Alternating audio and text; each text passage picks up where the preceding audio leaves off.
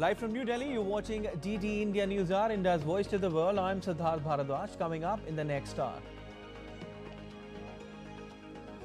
India's Prime Minister Narendra Modi to inaugurate National Conference of District Judiciary in the national capital on Saturday.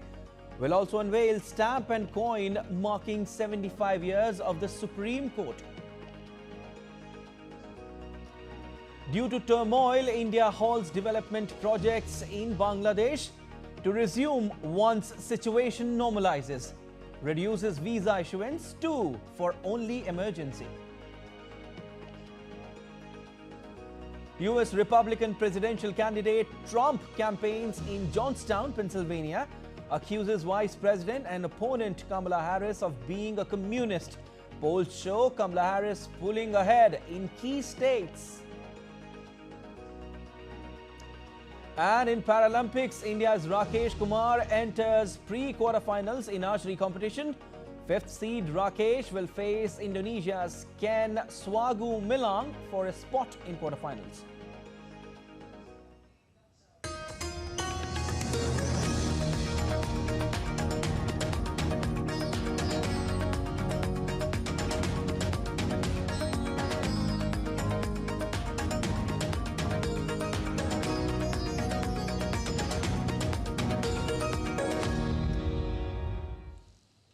India's Prime Minister Narendra Modi will inaugurate the National Conference of District Judiciary at Bharat Mandapam in New Delhi on Saturday.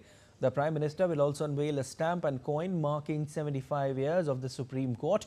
The two-day conference, organized by India's Apex Court, will feature 5 sessions on district judiciary issues, including infrastructure, inclusive courtrooms, judicial security, case management and training. The Chief Justice, Union Minister for Law and Justice and the Attorney General will also participate in the inaugural program.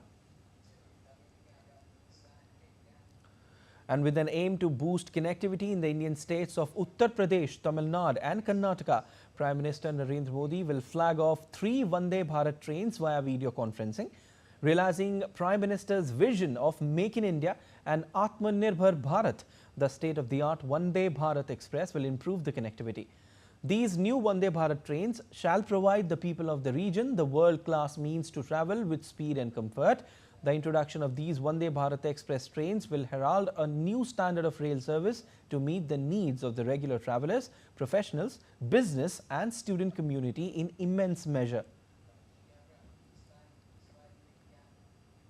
And India's Prime Minister Narendra Modi will be visiting Brunei on 3rd and 4th of September. This will be the first bilateral visit of an Indian Prime Minister to Brunei. The visit also marks 40 years of the establishment of diplomatic ties between India and Brunei. PM Modi will thereafter travel to Singapore on 4th and 5th of September. This was stated by India's External Affairs Ministry spokesperson Randhir Jaiswal during weekly media briefing in New Delhi on Friday. Prime Minister Shri Narendra Modi, at the invitation of His Majesty Sultan Haji Hassan Al Bolkiah, is scheduled to visit Brunei Darussalam during 3rd and 4th September 2024. This will be the first ever bilateral visit by an Indian Prime Minister to Brunei. The visit coincides with 40th anniversary of establishment of diplomatic ties between India and Brunei. From Brunei, the Prime Minister will thereafter visit Singapore on 4th and 5th September 2024 at the invitation of Prime Minister His Excellency Mr. Lawrence Wong of Singapore. Updates on the Russia-Ukraine conflict now. 1 civilian was killed and 7 were injured in Ukrainian shelling of the Russian city of Belgorod. In footage released on social media platform, a building could be seen on fire while another building appeared to have a hole in the ceiling and shattered windows. Meanwhile, a Russian-guided bomb attack on Ukraine's northeastern city of Kharkiv hit a residential building and a playground on Friday, killing 7 people and injuring at least 77. Kharkiv has been the focus of heavy Russian bombing throughout the conflict, although there had been a drop in intensity in recent weeks, possibly related to a shock incursion launched by Ukrainian forces into Russia's Kursk region. Ukraine President Volodymyr Zelensky dismissed the head of the country's Air Force, Mykola Oleshchuk, on Friday, days after the crash of an F-16 warplane in what may have been a friendly fire incident. Zelensky gave no specific reason for the decision, but said that it was necessary to strengthen military leadership.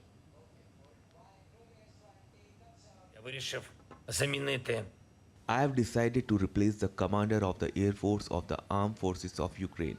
I am immensely grateful to all our military pilots, all engineers, all mobile fire group warriors, and all air defense personnel. To everyone who is truly fighting for Ukraine for results. Zelensky further added that the country is not just talking about long-range solutions, but about strong solutions.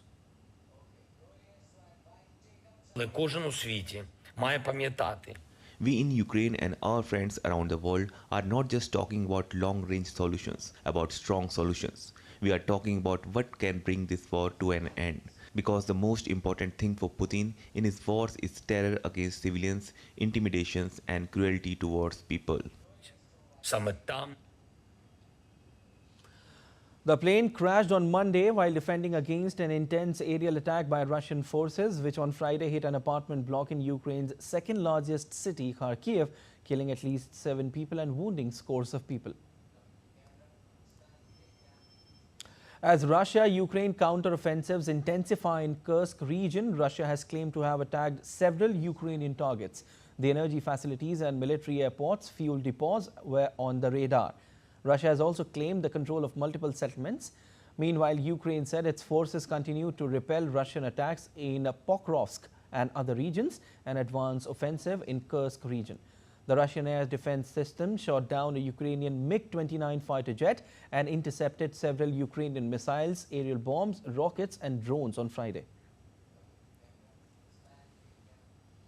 And in a first reaction to Ukraine's incursion into Russia's Kursk region, NATO Secretary General Jens Stoltenberg said that the incursion is legitimate, and Ukrainian President Zelensky has made clear that the operation aims to create a buffer zone to prevent further Russian attacks from across the border.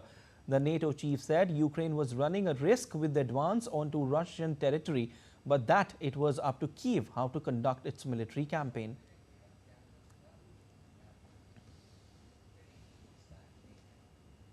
Meanwhile, the Europe's Union defense ministers have wrapped up a meeting in Brussels focused on the bloc's support for Ukraine.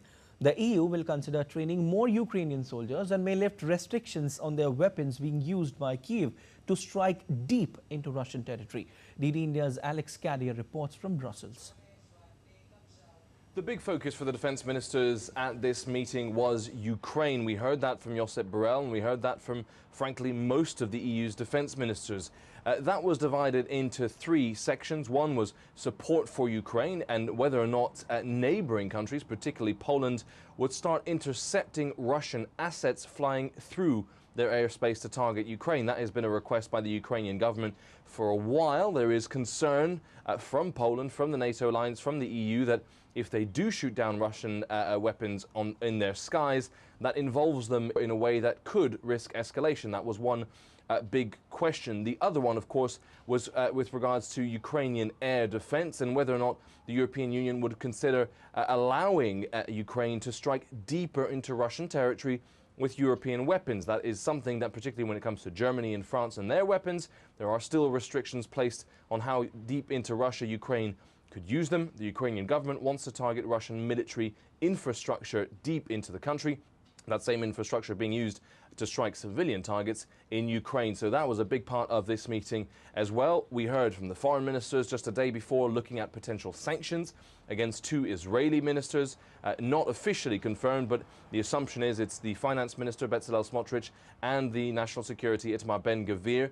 Josep Borrell, the EU's top diplomat, pushing quite hard for sanctions based on their statements about Palestinians, something which Josep Borrell said could have been in breach of international law. So clearly the focus on Ukraine, on possibly lifting those restrictions, on possibly shooting down Russian assets in European skies, and of course on funding Ukraine's reconstruction with frozen Russian assets after the war. So a lot for those defense ministers to get through. In Brussels, Alex Cadier reporting for DD India. Israel's military has said that its forces killed 2 attackers in separate incidents in the West Bank. One of the attackers infiltrated an Israeli settlement and another shot at soldiers after his car exploded. The Israeli army said that terrorists attempted to run over a security guard at entrance of a community settlement. In another incident, a car caught fire and exploded in a gas station. The army said it shot the terrorist who exited the vehicle and tried to attack them. The United Nations will start vaccinating over 600,000 children against polio in the Gaza Strip on Sunday during daily 8-hour pauses in fighting between Israel and Hamas. The World Health Organization says that at least 90% of the children need to be vaccinated twice, with 4 weeks between doses for the campaign to succeed. Last week, a baby was paralyzed by the type 2 polio virus, the first such case in the Gaza Strip in 25 years. Well, a salvage operation to recover the Cyclone, a Greek-registered oil tanker, is expected to start in the coming days. Satellite imagery showed several fires on board the Cyclone tanker, which has been stranded in the Red Sea after an attack by Houthi group. The imagery also indicated smoke billowing from the stern of the tanker and oil trails extending through the sea. The Cyclone, which the Houthis and maritime sources have said has been rigged with explosives, is laden with about 1 million barrels of crude oil. If a spill occurs, it has the potential to be among the largest from a ship in record history and could cause an environmental catastrophe in an area that is particularly dangerous to access. At the Moms for Liberty conference, former U.S. President Donald Trump criticized Vice President Kamala Harris, calling her a defective person. The event aimed to galvanize support among Trump's base, focusing on conservative education policies. Trump addressed issues like school choice and transgender athletes, while also criticizing the Biden administration's education approach. Trump expressed surprise over Harris's limited media presence, suggesting that her lack of interviews reflected poorly on her capabilities. She's defective. She's a defective person. And we don't need another defective person as President of the United States. We just had that. As Trump addressed the crowd, he underscored his stance on issues like transgender surgeries by calling those horrible and crazy. All of the things we're talking about, no men and women sports, no gender operation. I mean, there's these operations, it's crazy. You know, I don't know if you know, Europe has gone totally away from it now. Yes, sir. We're way behind them. They don't do it anymore. And this is just horrible. But who could even believe this is happening? So think of it. You have these parents that end up in fistfights at school meetings, and the parents mean well. They end up getting arrested, put in prison. Earlier on Friday, Donald Trump held a campaign rally in Johnstown, Pennsylvania for the first time since his attempted assassination in Butler on July 13th. Donald Trump rammed up his verbal attacks on Vice President Kamala Harris, describing her impact at every place she has visited in bad light. Trump also accused Vice President and opponent Kamala Harris of being a communist. Opinion polls show Trump has lost ground with women voters since Vice President Kamala Harris became the Democratic candidate in the November 5th election. 67 days from now, we're going to win Pennsylvania. We're going to defeat Comrade Kamala Harris. If you look at Kamala and you look at what she's done to every place she's touched, has turned to shit. Every single place she's touched. Post-election political deadlock continues in France as New Popular Front and the Socialist Party spar over the Prime Minister post. Meeting between leaders of the two sides failed to yield any results. Earlier this week, French President Emmanuel Macron rejected the New Popular Front coalition's choice of 4 p.m. arguing that a left-wing government would be a threat to institutional stability. French President Emmanuel Macron, on a visit to Serbia, said that Europe needs to invest in its own artificial intelligence model to catch up with China and the United States. Speaking at a forum on artificial intelligence in Serbia, The French leader noted that we Europeans are a bit behind. On a beaucoup d'opportunités. We have many opportunities, and of course artificial intelligence is transforming, revolutionizing many things. But we Europeans are a little distanced. We must be clear-sighted. The Chinese and the Americans are investing much more, and I think that we Europeans have a special role to play because we have the capabilities, the possibility to make and invent our model. Nous avons les capacités. One of two doctors who are among the 5 people charged in the ketamine overdose death of Friends star Matthew Perry was barred by a federal judge on Friday from practicing medicine and through his lawyer afterward expressed remorse. Dr. Mark Chavez appeared in the U.S. District Court in Los Angeles for a brief arraignment on a single felony count of conspiracy to illegally distribute ketamine and was permitted to remain free on $50,000 bond. Dr. Chavez's lawyer said his client is accepting responsibility and he's incredibly remorseful. He added that Chavez's regret stemmed not from Perry's celebrity, but from the fact that someone who was trying to seek treatment died. Perry died at the age of 54 in October 2023 from acute effects of ketamine and other factors that caused him to lose consciousness and drown in his hot tub, according to December 2023 autopsy report.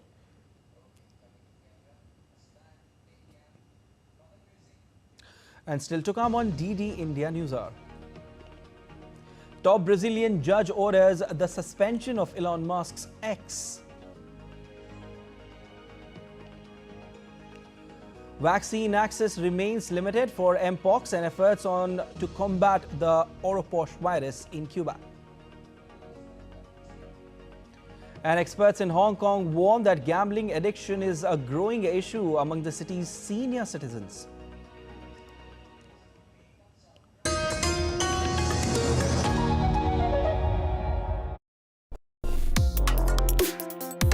Complex issues, hidden agendas, twists and turns, strategic games.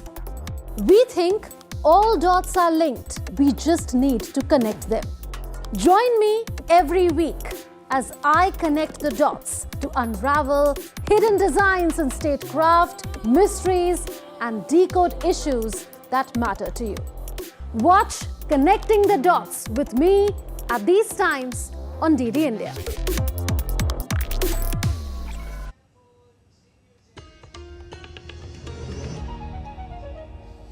You're watching DD India News Hour. I'm Siddharth Bharadwaj.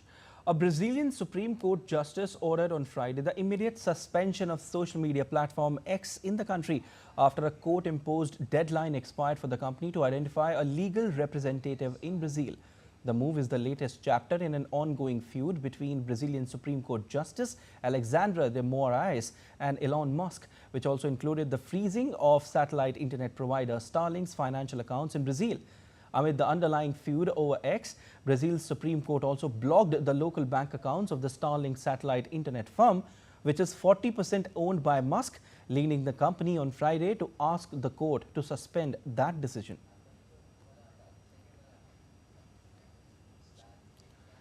Amid rising tensions with Beijing in the South China Sea, Vietnam and Philippines agreed to advance military ties and deepen collaboration on maritime security. This came as Vietnam's Defense Minister Phan Van met his Philippine counterpart Gilberto Teodoro in Manila in his first visit as defense chief. The talks focused on maintaining peace and stability in the South China Sea. Teodoro, he said that two sides face a common threats.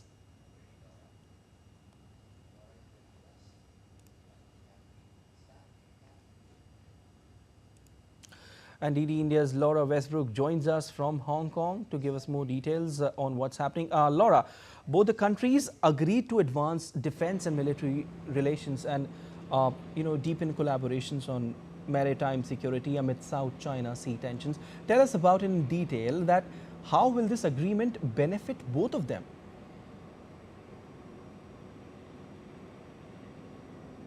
Well, this is Vietnamese Defense Minister's Phan Van Giang's first visit to Manila since taking up that new role. He met with his Philippine counterpart Gilberto Teodoro, as well as the Philippine President Ferdinand Marcos Jr., where he paid him a courtesy call. And the Philippine leader really emphasized the fact that he wants to build and have deeper cooperation with Vietnam. The two countries have agreed to deepen their military and defense cooperation. They've signed letters of intent, both in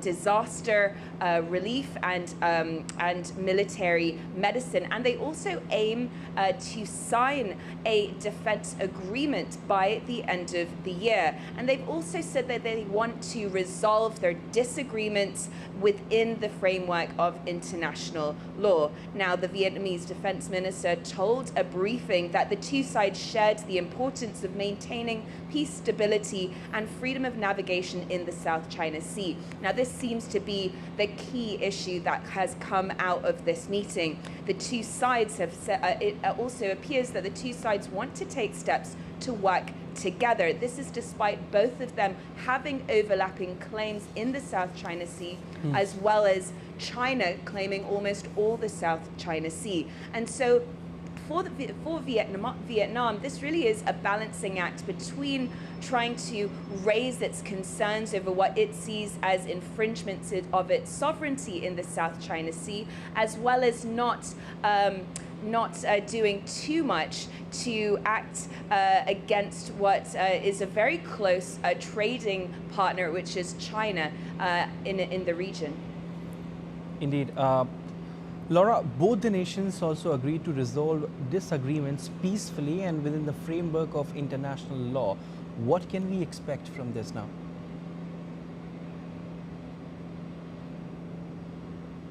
Well, this comes at a time of tension in the South China Sea. In recent months, we've seen more frequent and combative encounters between the Philippines and China.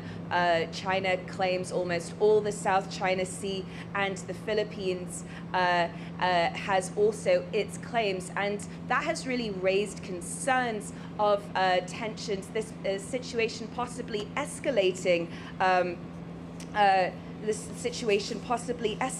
into something bigger. And so the two sides really seem to agree to want to work together to manage the situation. And the Philippines and Vietnam have also, earlier this month, held their own joint exercises in simulating firefighting drills and search and rescue operations. So this really does seem to be these two countries wanting to work together when it comes to combating what it sees as aggressive moves by China in the South China Sea. Okay, thank you so much, Laura, for your analysis. Well, experts in Hong Kong warn that gambling addiction is a growing issue among the city's senior citizens. Faced with rapidly aging population, there are fears that there aren't enough resources to address the problem. William Denslow reports from Hong Kong.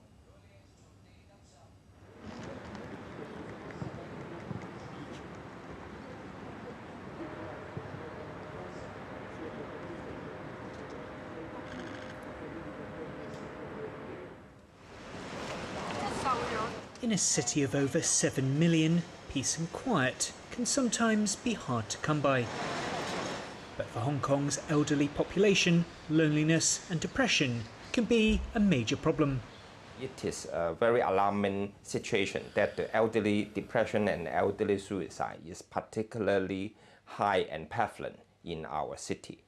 And indeed, almost half of the completed suicide every year in Hong Kong, almost half of them are elderly.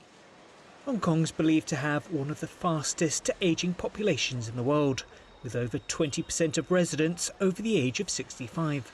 By the year 2046, that figure is expected to nearly double.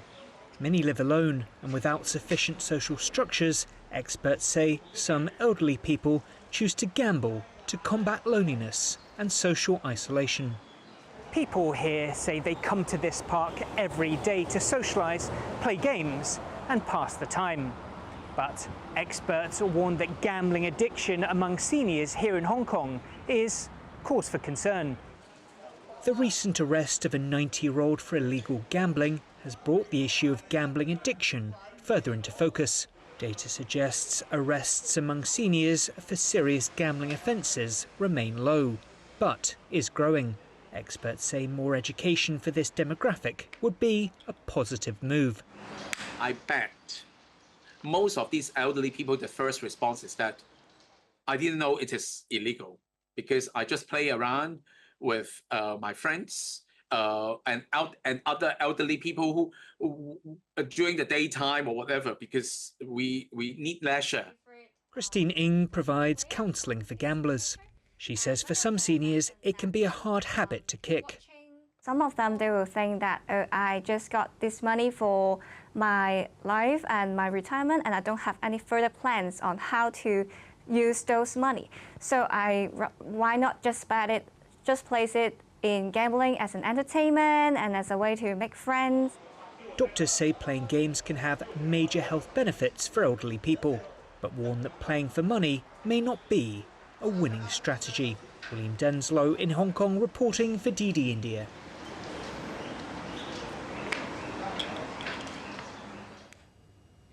Africa has been hit hardest by the rapid spread of mpox from the Democratic Republic of Congo to 12 other countries, leading the WHO to declare it a public health emergency. Despite the virus's long presence in Africa, vaccine access remains limited, exposing stark inequities in global distribution as wealthier nations vaccinate those at much lower risk. DD India's Isaac Lucando has more.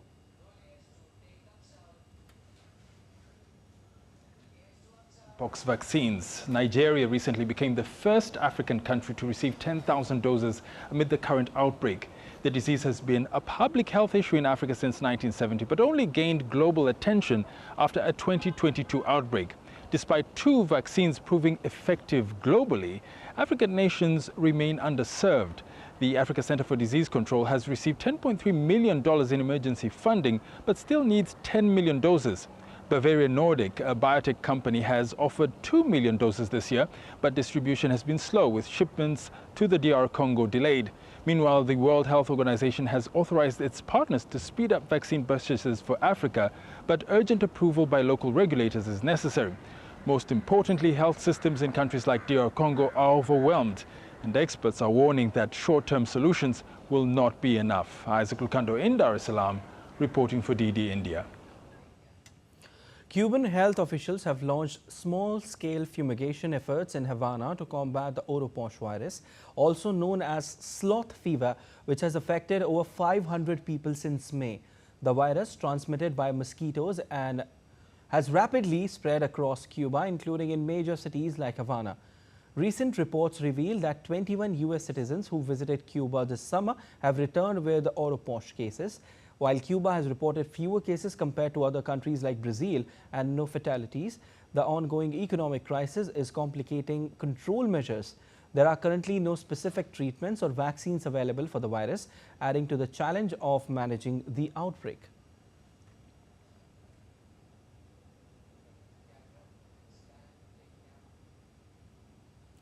Let's take a look at other stories making news around the world. At least 2 people lost their lives in Recife, Brazil, when a church roof collapsed during a food distribution event. Approximately 17 others received medical treatment, and officials have stated that no further fatalities are expected. Search efforts are still underway as rescue teams continue to combat through the rubble. Demonstrators and relatives of missing persons gathered in Mexico City on Friday to mark the International Day of the Victims of Forced Disappearances. They marched through the streets demanding stronger efforts from authorities to find their loved ones.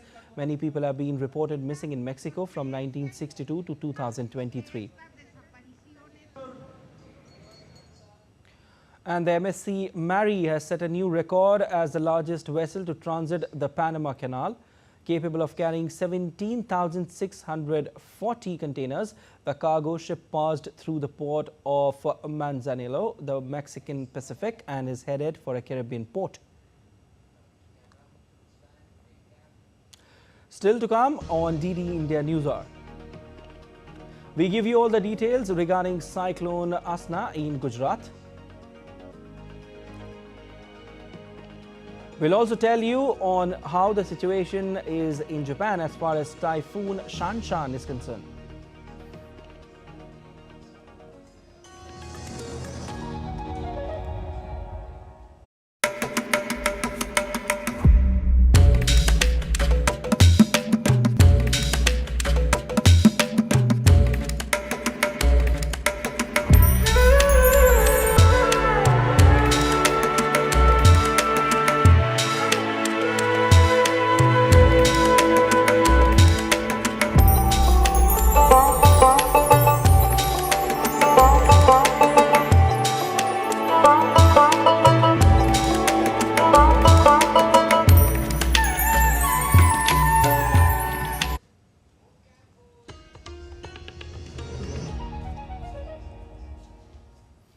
You're watching DD India News Hour. I'm Siddharth Bharadwaj and a quick recap of the headlines.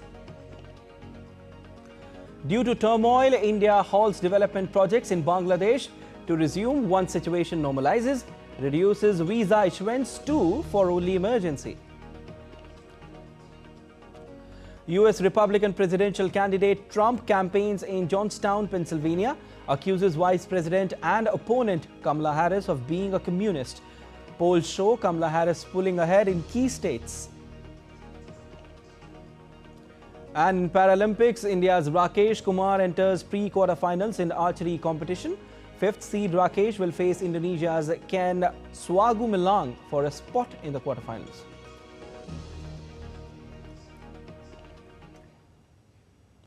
India's National Security Advisor Ajit Doval participated in the signing of the foundation documents of the Colombo Security Conclave. The signing event marked a significant step in regional security collaboration among India, Maldives, Mauritius and Sri Lanka. Following discussions at the 6th NSA level meeting held in December 2023 in Mauritius, the Charter and Memorandum of Understanding of the Conclave were signed in Colombo, which will pave way for stabilizing and establishing in fact, the CSC Secretariat. The agreement aims to enhance the grouping's role in addressing security and stability challenges in the Indian Ocean region. While in Colombo, Doval met with Sri Lankan President Ranil Wickremesinghe, Prime Minister Dinesh Gunawardena and national security advisors of member nations including Sri Lanka's Sagala Ratnayaka and Maldives' Ibrahim Latif. Doval also interacted with other Sri Lankan leaders in Colombo.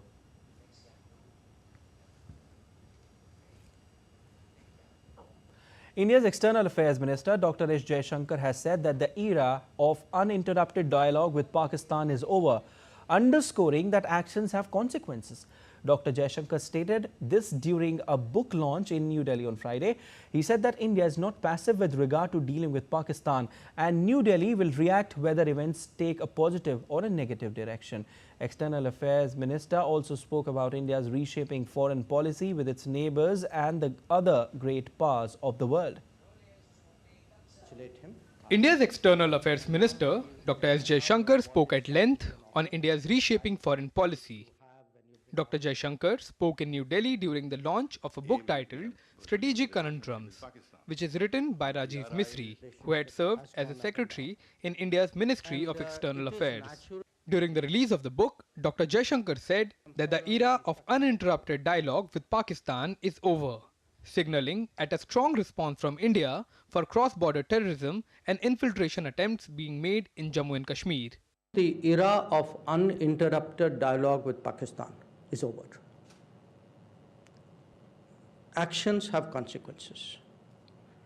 And insofar as Jammu and Kashmir is concerned, I think 370 is done. So the issue today is what kind of relationship can we possibly contemplate with Pakistan. Rajiv suggests that perhaps India is content to continue at the current level of relationship. Maybe yes, maybe no. What I do want to say is we are not passive, and whether events take a positive or a negative direction, either way we will react to it. He also spoke on India's relations with her neighbours as well as other great powers around the world, where he said that India needs to assess the global order and act as a lifting tide for neighboring countries while keeping our own national security in mind. India must be a lifting tide for the entire neighborhood. I mean, that should be our policy, and to my mind, that means a generous and non-reciprocal policy, but a policy where security requirements. In relation with China, Dr. Jaishankar said that steps have been taken to resolve border issues, but more needs to be done. Rajiv does is he brings out the duality of the unavoidable economic factors and counterposes it with a strategic challenge. I think it's something which is widely accepted today in this country. What I did appreciate was his recognition that in the last few years we have done something, not enough in my view, but still something substantial to fix the border infrastructure deficit. And I think that is really key today to maintaining peace and tranquility in the border areas. India's rise as a global power has been a testimony to the strategic maneuvering of diplomacy done by the country. And while South Asia faces various challenges, the growth and stability of the country has been seen as a beacon of hope in the region. Akshay Dongre, DD India. India has said that as a result of turmoil in Bangladesh, work on many Indian projects for the welfare of the people has come to a halt. India's External Affairs Ministry spokesperson Randhir Jaiswal, while replying to numerous questions regarding Bangladesh during his weekly press briefing on Friday, also informed that due to law and order situation in Dhaka, India has reduced visa activities and it is being issued only for medical and emergency purposes. Because of the turmoil in Bangladesh, projects have been impacted. Let me tell you that our development cooperation activities with Bangladesh are aimed at the welfare of the people of Bangladesh. Work on some of the projects, as I told you, has stalled has been affected because of the law and order situation there. Once the situation stabilizes, normalcy is restored, then we will we will engage in consultations with the interim government about our development initiatives and then see how best to take those forward. On the issue of visa, we are issuing visas in a limited manner for medical and emergency purposes. Once the situation becomes normal, law and order is restored, then we will begin our full-fledged operations of visa. Let's take a look at other stories making news. The Joint Parliamentary Committee set up to discuss the Waqf Amendment Bill 2024 has invited views and suggestions from various stakeholders. The committee, constituted under the chairmanship of Lok Sabha MP Jagdambika Pal, seeks suggestions from the stakeholders including the public, NGOs, experts and institutions within 15 days. The bill is intended to overcome the shortcomings and to enhance the efficiency of the administration and management of the Waqf properties. The sleepless nights continue for the residents of Uttar Pradesh, Bahraich, as Operation Wolves intensified. The Forest Department captured 4 wolves and the search for the remaining 2 intensified in the region. The man-eater wolves are responsible for killing 8 people in the Bahraich district for the past 2 months. Forest Department also deployed an infrared drone in which the presence of 2 wolves was captured. And a young boy drowned in an overflowing river due to heavy rainfall in India's Jammu and Kashmir's Nali village. A search operation by State Disaster Response Force is underway. The maximum temperature also dropped across Jammu and Kashmir amidst rainfall in multiple areas of the Union Territory. The Indian Meteorological Department issued a warning about Cyclone Asna, which is currently a deep depression over the Arabian Sea. The cyclone is bringing heavy rains to state of Gujarat, but is expected to shift west-northwest over the northeast Arabian Sea and move from Indian coast in coming hours. The Weather Department also stated that deep depression has been moving at a speed of 14 kilometers per hour with a latitude of 23.6 degrees north and a longitude of 66.4 degrees east. As the storm approaches, residents are urged to stay alert and heed official warnings to ensure safety during this critical time. Also, due to heavy rainfall, numerous towns and thousands of villages experienced waterlogging in the state of Gujarat. The State Emergency Operations Centre reported that the state has witnessed almost 111% rainfall so far, and more rain is forecast till September 5th. Vadodara city, previously hit by a flood-like situation due to the swollen Vishwamitri river, is gradually returning to normalcy as water level has receded in most regions.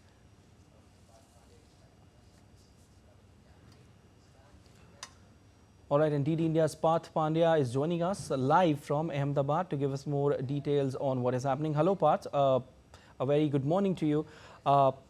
What is the latest that you're getting for us as far as the cyclone is concerned? What is the situation and how are people dealing with it?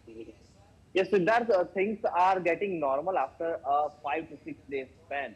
As you can see behind me, it is totally sunny and a clear day. Except some pockets of the Gujarat, that is the Saurashtra, Jamnagar, Porbandar and Dwarka and Kutch. These four regions, except all of the Gujarat, is quite clear today. As you mentioned earlier, that Vadodara was in a deep trouble during this period. But normalcy has been seen there since last 24 hours because the Vishwamitri river level is going down considerably. If we talk about the areas drowned of the Vadodara, almost 20-25% area is still drowned.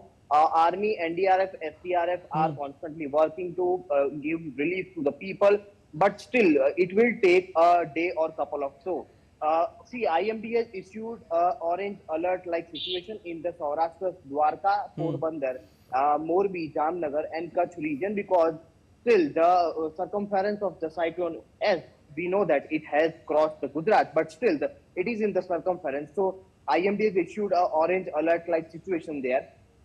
Almost 111-112% of accumulative average of rainfall has been received till now. Almost 80-85% reservoirs of Gujarat is full now. So yes, we can say a good amount of rain has been received by Gujarat, but still normalcy in Vadodara and normalcy in Jamnagar and Dwarka region because in last 30 hours, Jamnagar and Dwarka received almost more than 25 inches of rain. So many highways, many state highways, many roads has been disturbed. Long traffic jam situation, pictures of those we have seen earlier till today. But as you can see, the weather is clear now. It will take a day or more than 1 day to get things normal. But more focus and more concentration of administration is there in the Vadodara also. Okay, Parth, normalcy is gradually coming and rescue operation is going on in full swing. Thank you so much for your analysis, Parth. Meanwhile, India's Meteorological Department has issued a warning of heavy rains in southern state Telangana for the next 3 days. A low pressure system formed in the Bay of Bengal is likely to intensify into a cyclone by Saturday and concentrate in the northwest Bay of Bengal. Weather officials have clarified that the combined effect of these weather systems will result in significant rainfall in the state. Residents have been advised to take necessary precautions and stay alert for the next 3 days.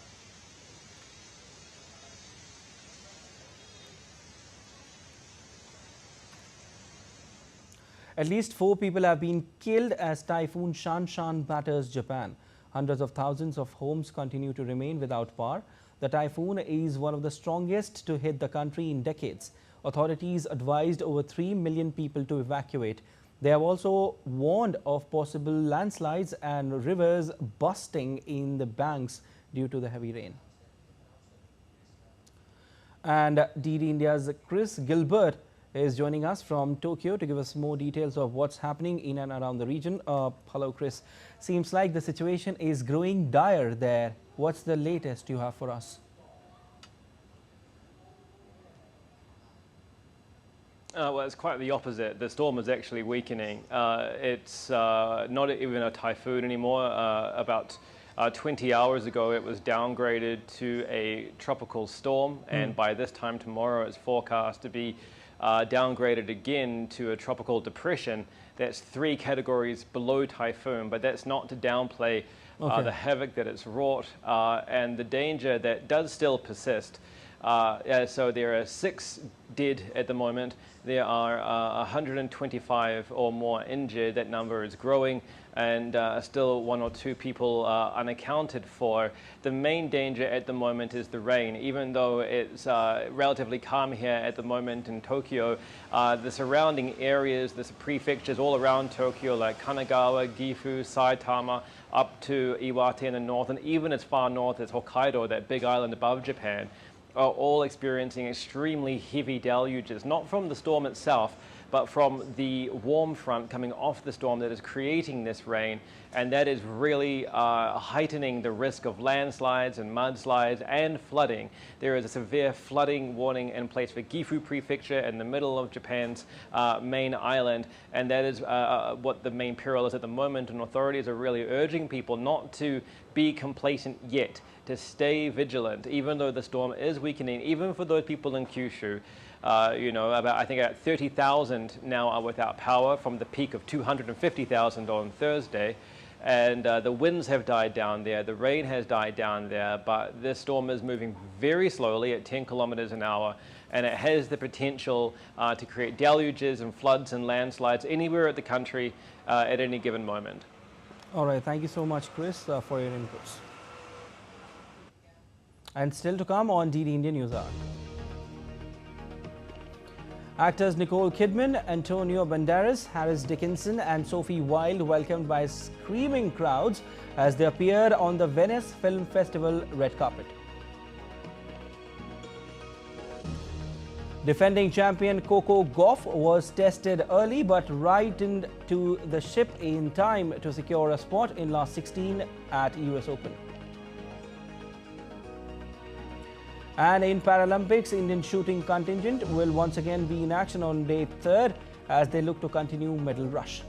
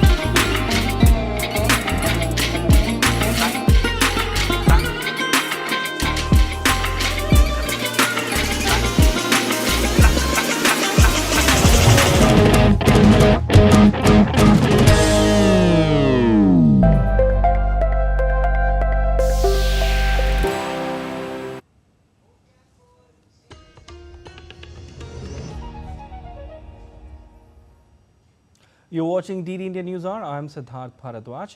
And actors Nicole Kidman, Antonio Banderas, Harris Dickinson and Sophie Wilde were welcomed by screaming crowds as they appeared on the Venice Film Festival red carpet on Friday evening for the world premiere of their erotic drama, Baby Girl. Shot by a female director, Baby Girl brings a woman's gaze to the erotic thriller genre. 6 of the 21 films in the main competition at Venice were directed by women, including Baby Girl last year. 5 out of 23 competition movies had female directors. Kidman said she decided some years ago to promote women filmmakers. Right now, we're all a bit nervous. So I was like, hope my hands aren't shaking.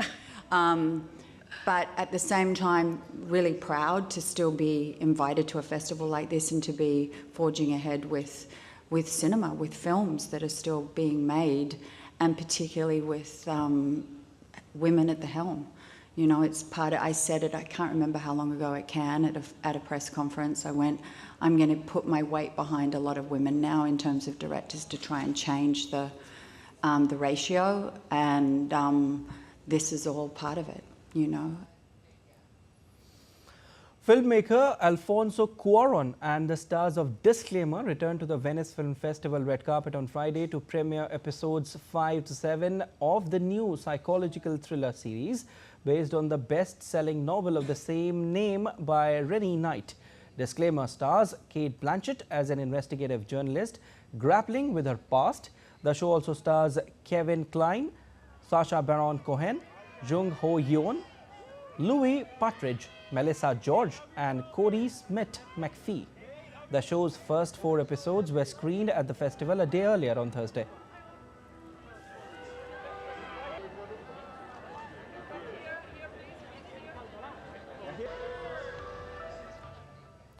British band Oasis's comeback announcement has been generating excitement among fans. The reunion tour will mark 30 years since their acclaimed 1995 album, Where's the Story Morning Glory. Fans are eagerly waiting ticket sales for the tour, which promises to celebrate the band's role in shaping the Britpop era. Formed in Manchester in 1991, Oasis was known for their rivalry with Blur and their influence on the music scene of the 1990s.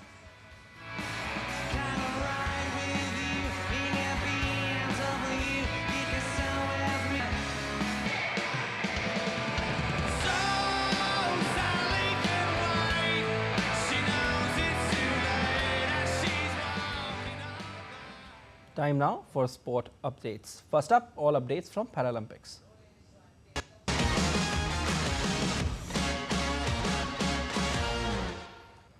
Indian para-archer Rakesh Kumar has entered into pre-quarterfinals of the compound men's open category at the Paris Paralympics.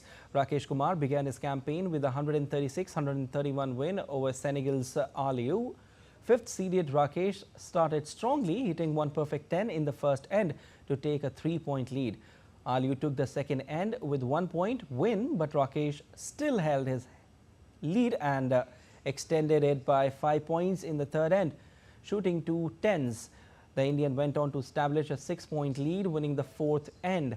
Asian Para Games silver medalist Rakesh will face Indonesia's Ken for a place in the quarterfinals. The Indian shooting contingent will once again be in focus on day 3rd at the Paris Paralympics as they look to continue the medal rush.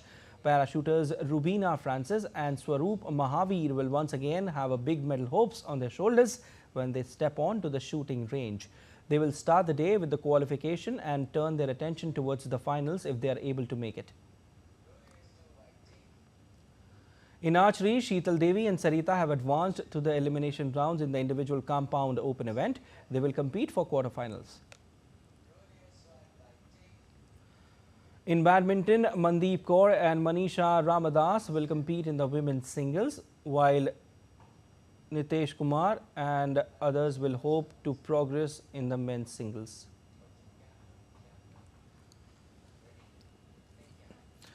India opened its medal tally at Paris Paralympics on Friday in style with 2 medals and 1 shooting event, and one ended the day with 4 medals. They have ended the day with 4 medals, and this is the first time 2 Indian parachuters Avni Lekhara and Mona Agarwal have won medals in a single Paralympic event. While in athletics, Preeti Pal created history by becoming the first Indian Paralympian to win a medal in track event. More details in the story. India opened its medal tally at Paris Paralympics on Friday in style with 2 medals and 1 shooting event and ended the day with 4 medals. Parachuter Avni Lekhara won gold medal while Mona Agarwal won bronze medal in the final of the 10-meter air rifle standing SH1 event.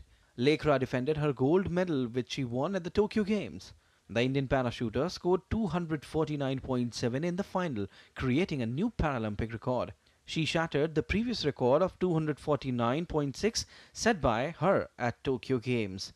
This is the first time 2 Indian shooters have won medals in a single Paralympic event. In another event, India's Manish Narwal won the silver medal in the men's 10-meter air pistol shooting SH1 class. The 22-year-old Indian parachuter scored 234.9 in the final, losing the gold medal to the Republic of Korea. Narwal made a good start and was in contention for the gold medal. However, just one 10-plus hit in his final 6 shots allowed the veteran Korean shooter to take the top spot. In athletics, Preeti Pal created history at Paris Paralympics by becoming the first Indian Paralympian to win a medal in a track event. She won bronze medal in the women's 100-meter T35 finals.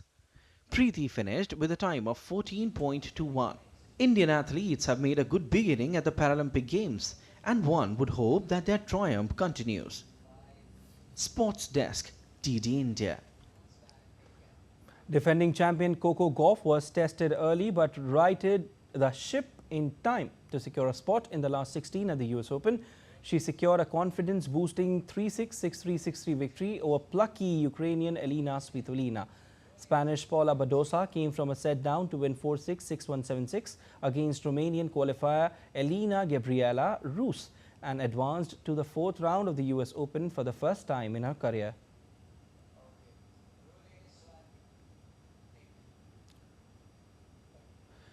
Children of women at Mexico City's Santa Marta Acatitla Women's Prison celebrated their 15th birthday, traditionally called Quinceañeras, with facility. The event, organized annually, marks a special tradition for the inmates' children. Y vamos a partir el pastel también. Hoy un día tan especial. That's all for this edition of DD India News Hour, but let us know your thoughts on the news of the day. For those on the go, you can get all the latest news and updates from India and across the world on DD India mobile app. The app is available on both Android and iOS platforms. Scan the QR code on the screen to download now. Well, we'll be back with more news as it breaks here on DD India. I'm Siddharth Bharadwaj from all of us here in Delhi. Thanks for watching DD India News Hour.